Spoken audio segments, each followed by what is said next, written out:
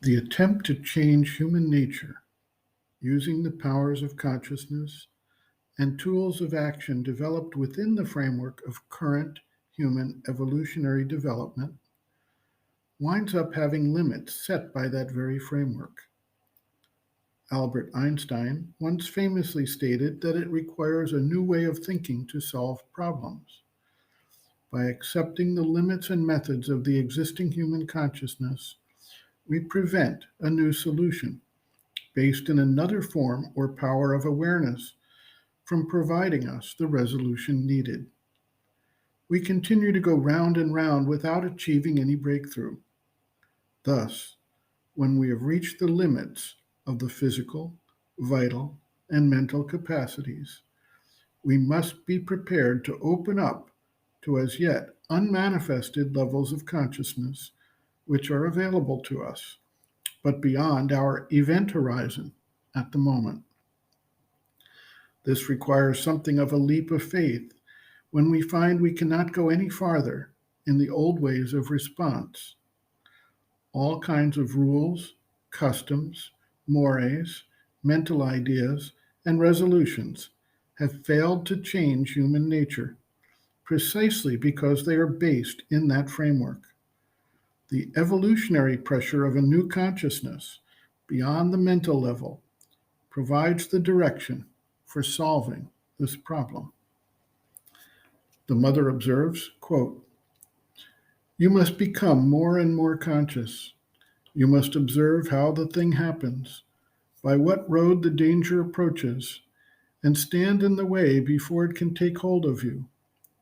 If you want to cure yourself of a defect or a difficulty, there is but one method: to be perfectly vigilant, to have a very alert and vigilant consciousness.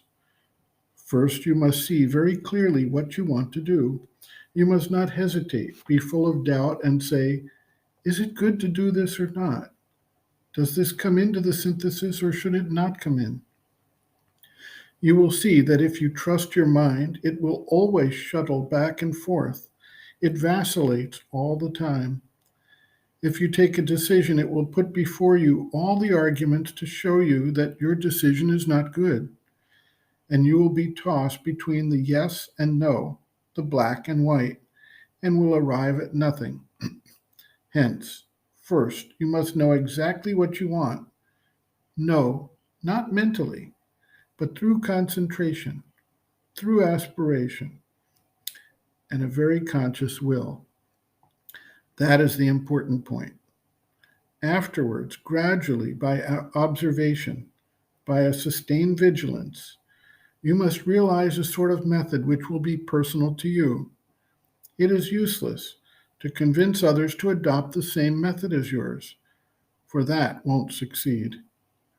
Everyone must find his own method. Everyone must have his own method. And to the extent you put into practice your method, it will become clearer and clearer, more and more precise. You can correct a certain point, make clear another, etc. So you start working. For a while, all will go well. Then one day, you will find yourself facing an insurmountable difficulty and will tell yourself, "I have done all that, and here is everything as bad as before." Then, in this case, you must, through a yet more sustained concentration, open an inner door in you and bring into this movement a force which was not there formerly, a state of consciousness which was not there before. And there will be a power, when your own personal power will be exhausted and no longer effective.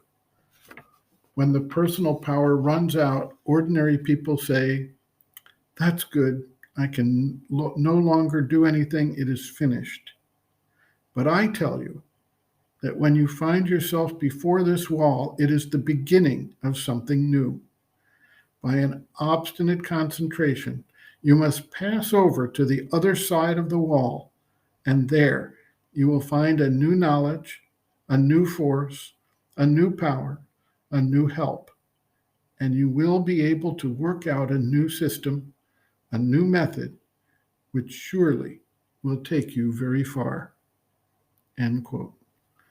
Reference, Sri Aurobindo and the Mother, Growing Within, The Psychology of Inner Development, Chapter 6, Growth of Consciousness, Difficulties and Pitfalls, pages 115 to 116.